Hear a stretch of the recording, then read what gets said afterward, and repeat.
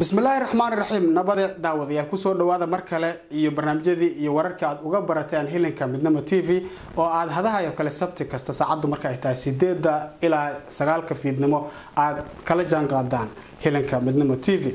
waxaan ahay maxamed xaaji xuseen raage oo barnaamijka idin soo saaray imika waxaad maqli doontaan qaybo kala duwan oo aad dabcan u xiiseyn doontaan waxaana kamid ah sheekadii maanafay ee uu qoray qoraaga caanka ah ee maxamed daahir afrax oo aan isla anigu idin akhrin doono iyo sidoo kale waraysi aanu ka soo qaadnay taliyaha dhinaca dambi baarida iyo isdhexgalka ee Ulf Bostrom oo aan waraysi isna idinkaga hayno waxaan ka marnay sheeko xiriirooyinkii iyo maawalada caruurta oo inoo daadahaynayso qadan Muuse Axmed balse aynu ooda kaga qaadno war wixii naga soo gaaray gudaha dalkan Sweden waxaana u diyaaraa wariye Ibrahim Maxamuud Jaamac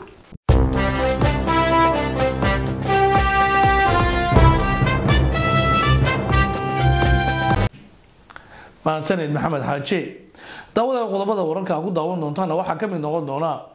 magaalada Brussels oo lagu qabtay kulan ballaaran oo ay ka soo qayb galeen hogaamiyaasha wadamada Yurub oo looga hadlayay sidii looga hortagi lahaa argagixisada qaar ka mid ah garoomada wadankan Sweden oo lagu qabtay qaad tiro badan oo isagoo qayb ka ah qaadka la soo geliyay wadankan Sweden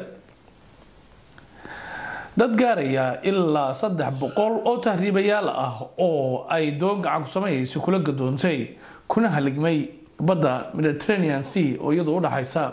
Afrika iyo waliba qaaradda Yurub sidoo kale wararkan idahaynana waxa ka mid noqon doona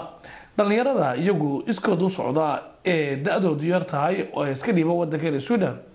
oo sanad walba qaar ka mid ah la waayo meel ay dhigeen Chan iyo Cirib qodobadaas iyo qodobo kale ay ku daawan doontaan warkeena haatana isagii oo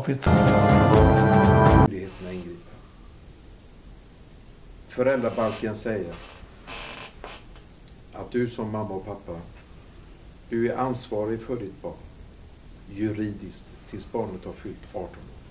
år. wadankii oo ay nimaadno qurbaha waxaa saldhig aad oran kartaa oo inta badan aad ku qiyaasi kartaa in uu sababo burburka qoysaska ku yimaada wadamadan Yurubta markii la joogo bismillaahir rahmaanir rahiim walaal horta waxa keeni kara marka ugu horeysaba qoyskii marka uu halkan yimaado waxa dhacda waxa la yiraahdo culture crack ama la yiraahdo clash of culture luqadeena Soomaaligana ay noqon karto in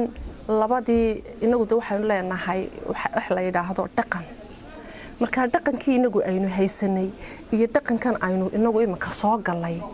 ayaa waxa uu keenayaa inaynu isqaadan weyno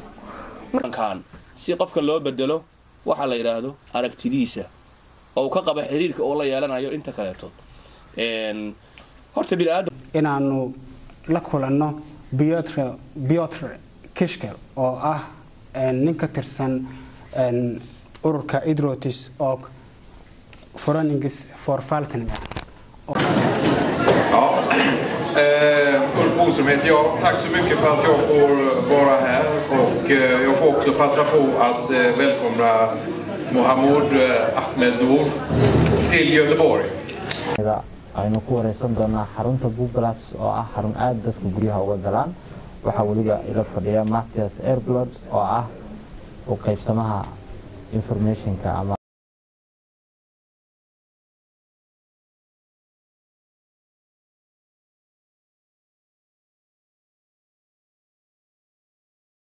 Assalaamu calaykum waraxmatullaahi wabarakaatuhu daawadayaal ku soo dhawaada barnaamij gaar ah oo wareysi kula yeelan doono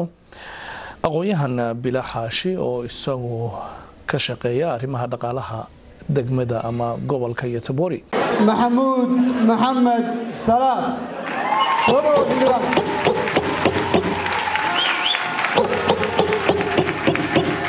daawade ma tahay qof ku nool magaalada Gothenburg oo adrees ku ah ma tahay qof buuxiyay da'da 18aad ama qaangaaray ma tahay qof qaatay jinsiyadda wadankan Sweden haddaba fadlan ka qayb qaado doorashooyinka baarlamaaniga ee sanadkan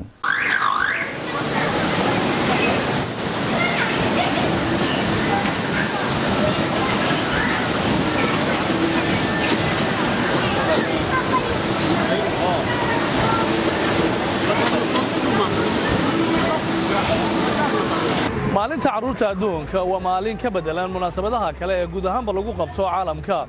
wallaahi oo bilaahi boqolaal baan aan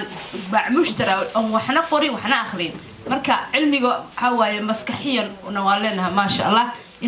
haddii aynu taas qaadano oo inteenan aynu qaadano wiil waxa arkay dhahay jaamacadu waxa ka dhiganaya wari China